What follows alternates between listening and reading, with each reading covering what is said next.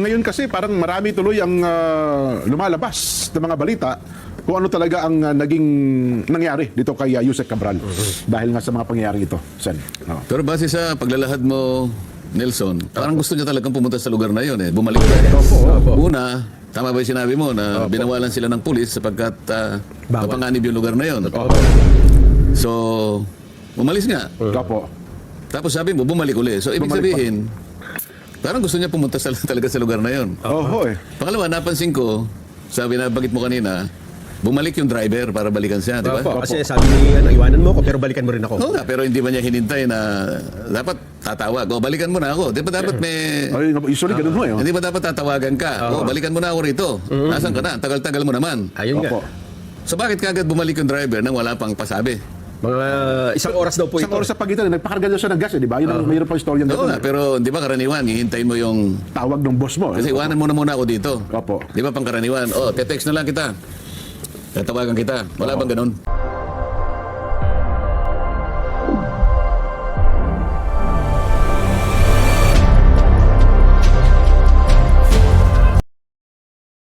Ang ulat po dito ay nakita siya sa gilid ng Buwed River sa Cannon Road.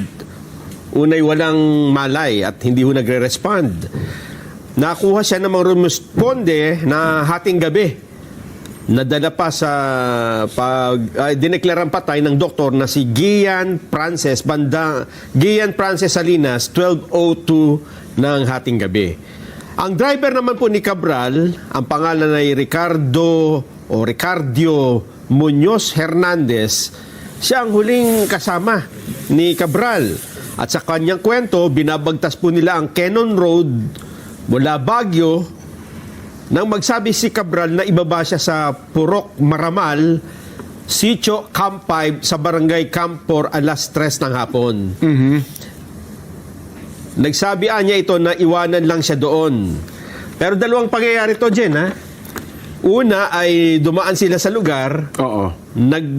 bumaba sila, pero sinita sila ng pulis. Opo, pinalis kasi na pinalis medyo sila. mapanganib daw po sa lugar na yun. Ang sabi ng driver, bumalik sila sa may malapit sa hotel, kumain, at nagpunta sa hotel. Bago bumalik ulit rito. Doon sa site, sa Oo. area pa rin yun. Ibig sabihin, dalawang beses sila pumunta. Oho. At yung sa second time, dito na nagpaiwan si Cabral. At sabi sa driver, balikan mo na lang ako.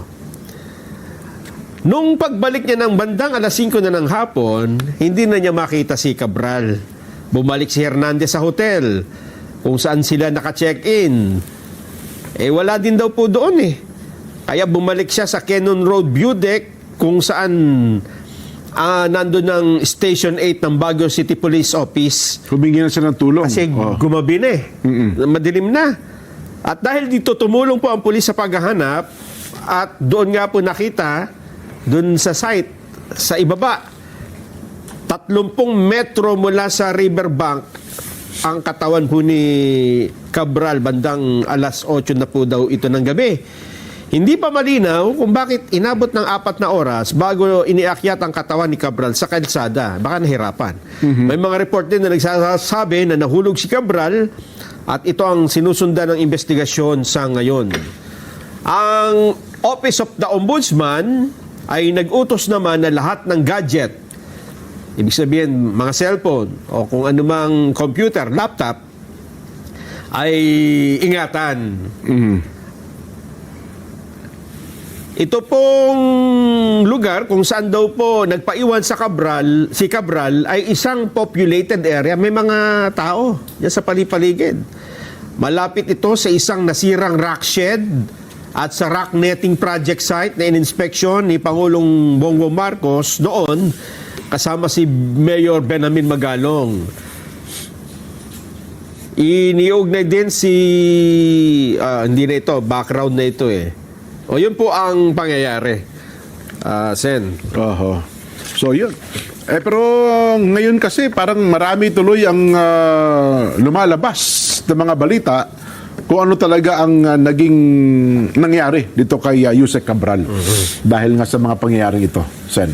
Oo. Pero base sa paglalahad mo, Nelson, parang gusto niya talagang pumunta sa lugar na yun eh. Bumalik pa eh. Opo. Una, Tama ba yung sinabi mo na binawalan sila ng pulis sapagkat Bawal. mapanganib yung lugar na yun? Oho.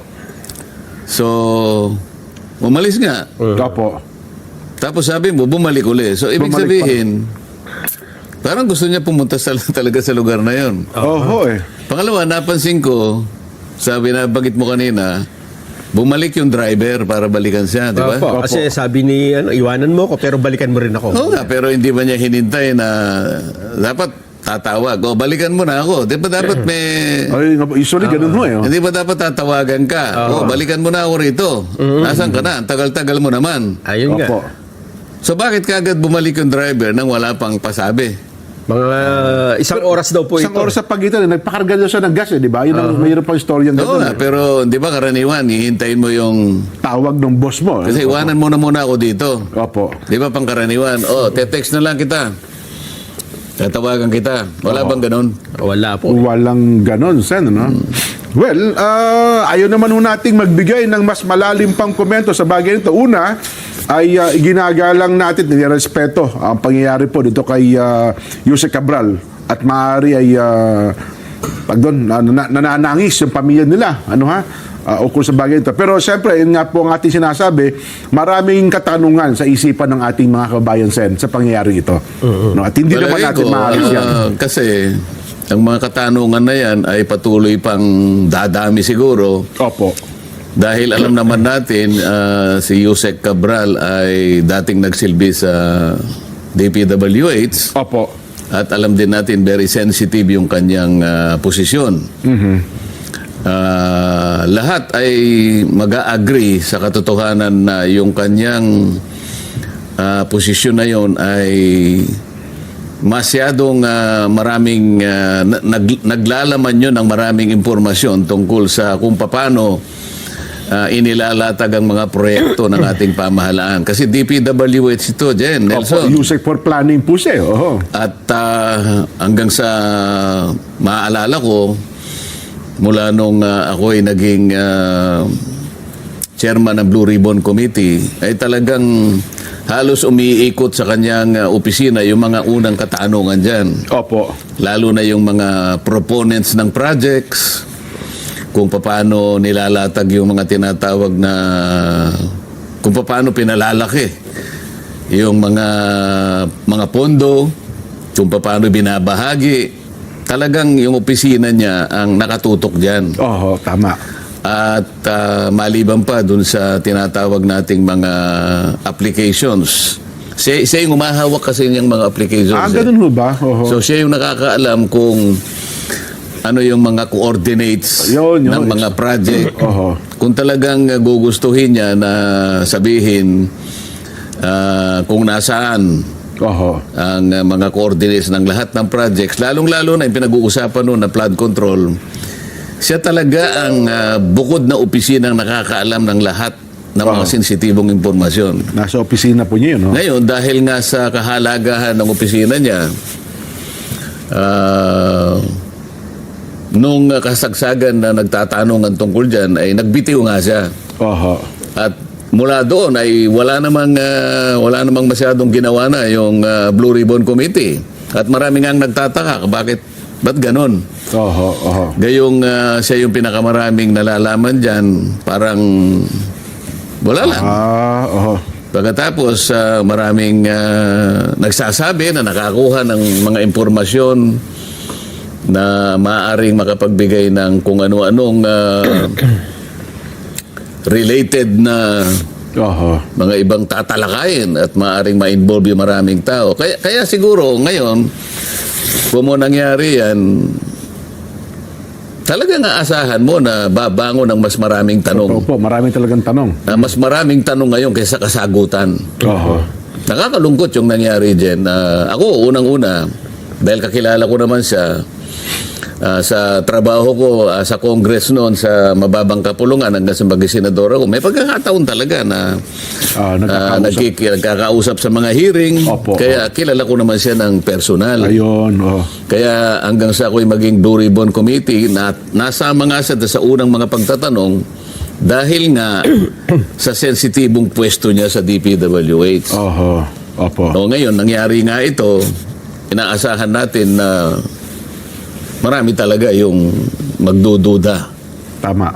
sa nangyari sa kanya. At lalo pa nga, Nelson, naalala ko, di ba, dapat nakatakda sa humarap sa ICI. Sa di ba? ICI noong December 15. Tapos hindi rin siya pumunta, no? Kasi nakarating. Wala rin pasabi kung pupunta o hindi. Kung maalala niyo yung dalawa, naging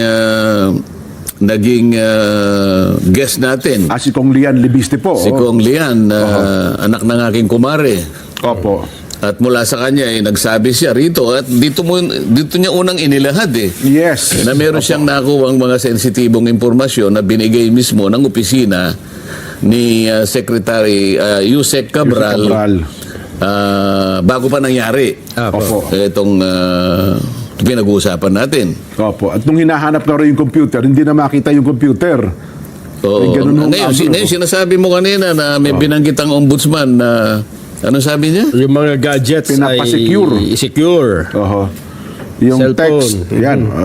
Kasi sa forensic investigation, baka, ano ba ang tanong? Kasi kung may katagpo ba siya doon, siya lang ba ang kusa na tumambay doon?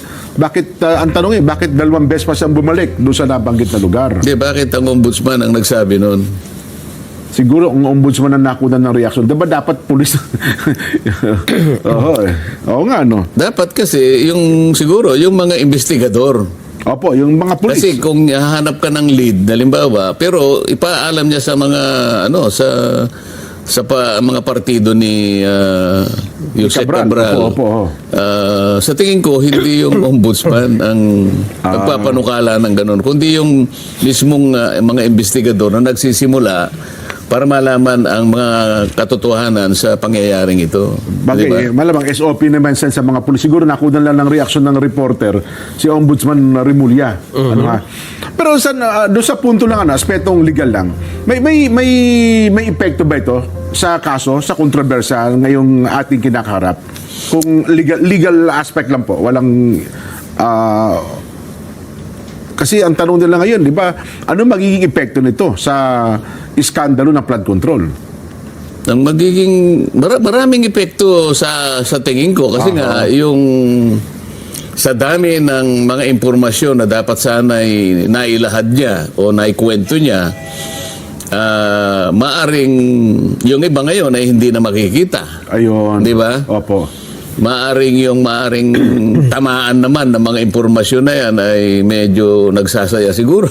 Ayun. Oho. Kaya kung tatanungin mo kung anong magiging epekto niyan, merong nalulungkot talaga, merong nagsasaya. May lihim pa na, tama kayo Kasi no? Opo. yung mga dapat na maibahagi, alang-alang dun sa ikalilino ng sino ba talaga ang nagpasimuno niyan, kagaya ng binabanggit natin dito. Opo. Palagi nating binabanggit. Sana sa lalong madaling panahon, makita natin kung sino yung mga masterminds, hindi ba? Opo. Ngayon, isa sa epekto, baka mahirapan kung paano may tuturo lahat yun, di ba? Aha. Dahil sa pagkawala Kung ni Jose tatanungin Cabral. mo ako, kasi simpleng-simple lang naman, mas maganda, maraming magkukwento, maraming mapagkukunan ng impormasyon, Opo. pero sa nangyaring ito, maaring mapigilan yung iba. Pero sa kasaysayan naman,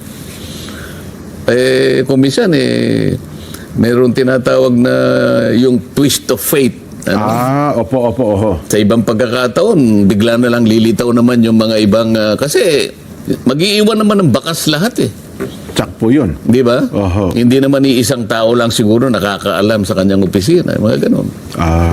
Well, anyway, ako naniniwala naman sa makabagong kaparaanan ng investigasyon ngayon sa part ng Baguio PNP ng Cordillera.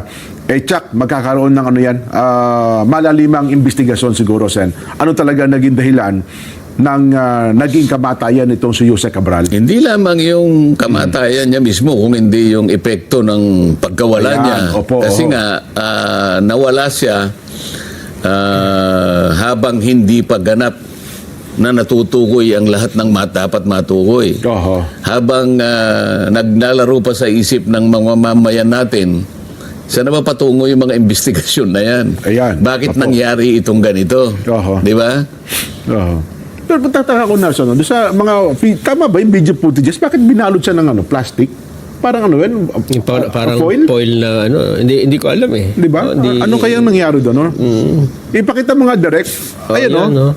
Bakit siya kaya binalot ng foil, ano? Paano nyo naman alam na foil Ayun yan? po, yung Ako, boss, wala- ano, yung ako parang- hindi ko alam kung ano yan. Parang Baka yan naman talaga yung ginagawa SOP? ngayon eh. Para, sabihin, para i-preserve po yung bangka. Parang hindi naman. Well, parang ngayon lang ako nakakita ng gano'n. No? Na-accident, bumagsak eh. Yung body bag, ano? Oo, yung, ano ba, body bag lang ba yun o? Ayun, no? Kasi parang bimilot siya, no? Di ba? O body bag ba yung ginamit sa kanya? Well, anyway, no, nagtaka lang ako doon sa nakita nating ano, yung paraan. Ay, nako. Ang sabi oh, naman ni Kong Lian Lebiste Oo. tungkol dito sa pagkamatay ni Jose Cabral, ang sabi niya sa kanyang Facebook account, yung una niyang post ay may listahan sa computer ni Yumaong Jose Cabral ng lahat ng proponents ng DPWH insertions. Okay. May iilang may kopya nito. Kung lumabas lang ito, tapos na ang mga investigasyon. At sinundan niya after 7 hours, ang files ni Jose Cabral ay inaprubahan ng DPWH na ibigay sa akin noong September 4. Ipinakita ko ito sa ICI noong November 18 at 19 at sa Ombudsman noong November 26. May kopya rin ang DPWH nito. Pero mukhang sabi ng ICI, wala silang kopya nito eh, no? Nakita lang nila. Kaya nga raw humingi siya ng kopya kay ano eh. Oo. Ano binabanggit mo, Nelson, na si mismong si Kong Lian ang nagbigay ng mga sinasabi mong pangalan ng proponents? Yung galing Yung nakuha doon po sa computer. Oo nga. Kay Jose. Dahil nakakuha si Kong Lian ng kopya noon, Opo. ibinigay niya sa ICI. Hindi po, ipinakita lang. Pinakita. Pinakita. Nung humarap siya doon, ipinakita At niya. nanghingi nga raw ng kopya. Kasi wala doon silang kopya pala noon. Noong pinakita niya, meron ba kayong kopya nito? Nagtataka nga sila, walang kopya. Oo. Oo. Pero binigyan sila ng kopya. Binigyan daw po, doon natin na-interview dito, Sen, binanggit niya, nagbigay siya ng kopya doon sa ICI. Yun po yung sabi So, ni total, Kong Lian. tinitindigan naman ni Kong Lian. Eh, di, ibig sabihin talaga, binigyan ng kopya ang ICI. Oh, yes, yes Sa mga po. tweet, Oo. alam ng ICI kung ano yung nilalaman ng computer. Well, Dahil nabigyan na sila ng kopya. maaaring ganun daw po. At nabigyan din ng DPWH. May kopya, May kopya na ang rin po ang DPWH Yung nun. original na copy, nasa kanila pa. May mga lumalabas lang anggulo doon sa computer daw. May mga typo error. Kaya, mahiwagang computer. Kaya nga, Kaya nung lang, mga- ang magiging problema kasi dyan, alam mo, kung pinag-uusapan natin ay usaping legal, Opo. sino magpapatunay niyan? Authenticate, ano? Yung authentication kasi ay bahagi ng pagbibigay ng probity sa isang nakakalap na ebidensya. Yes po. Oo. Kaya nga, pagka ikaw ay may-ari ng ganong kasulatan o anumang klaseng ebidensya, lalo na kung documentary evidence, Opo. authentication ang pinag-uusapan eh. Karaniwan, maaaring ang isang dokumento may pirma ka, so ipipresenta ka sa harap ng korte at tatanungin ka, ikaw ba ang gumawa nito? Ayun. Oo. Ikaw ba naglahad dito? Ganon. Opo. Meron kang pirma nakalagay rito, pirma mo ba ito? Yun ang authentication eh. Opo. Ngayon, kung halimbawa, listahan lang ang nakita, ngayong wala na si Jose Cabral, sino mag-authenticate ngayon na siya nga ang may-ari nung nakasulat doon sa computer? Kasi kahit na laptop niya yun, maaaring sasabihin lang ng iba, oy, naglagay lang kayo dyan. In-insert nyo lang yan dyan, Oo. ano, mga files na yan. Ano? So, ang pinag-uusapan natin dyan, yung technical issue ng authentication, doon medyo magkakaroon ng problema dyan. So, yun pala yun. Ano? Sa akin lang, opinion ko lang ito. Maring nagkamali ako, pero sa experience ko bilang isang abogado, Jen, Opo. yan ang medyo problematic. Yung area na yun. Opo. Maliban na, siguro kung may mga personal secretary siya, Nelson, ano? May magsasabing... Yan ay talagang ano. Kami po ang nag-save niyan, kami ang gumawa niyan. Yung sinasabi nating pwede rin naman patunayan yung mga digital traces sa liban. Ayan, isa po yan. Oh. Kaya naman, hindi mo na mabubura yan eh. Opo. Di ba, pangkaraniwan, pagka meron kang communication galing sa cellphone mo, ano, Ayan. ayan naman, pwedeng sabihin ng korte na kahit di mo patunayan yan we can take judicial cognizance na by technology talagang galing sa iyo yan. Di ba? Ayun. May mga forensic investigations. Oo, yung mga ganyan. Tama. Ay, naku. Well, again, sana magpakaingat po ang Baguio City PNP ang Cordillera sa bagay na ito. At yung maraming tanong sa isipan ng ating mga kababayan, Sen, ay unti-unti masagot sa pamamagitan ng malalimang investigasyon po nila. Kasi maraming tanong talaga yan. Bakit siya pumunta ron? Sino ba yung kausap niya ron? Ayan. Oho. Di ba? Pangkaraniwan kasi kung may kausap ka, ba't ka naman pupunta doon Sa bangin. sa bangin o kaya sa tabi Yan. ng ilog? Di ba? Tama po. Ang isa pa hong ipinagtataka ng iba, mismong si Jose Cabral ang nagsabi sa isang panayam noon pa na siya ay may phobia sa heights. So, ibig ganon? sabihin, hindi niya kaya, oo, Hindi siya. takot siya sa matataas na, Tapos matataas na lugar.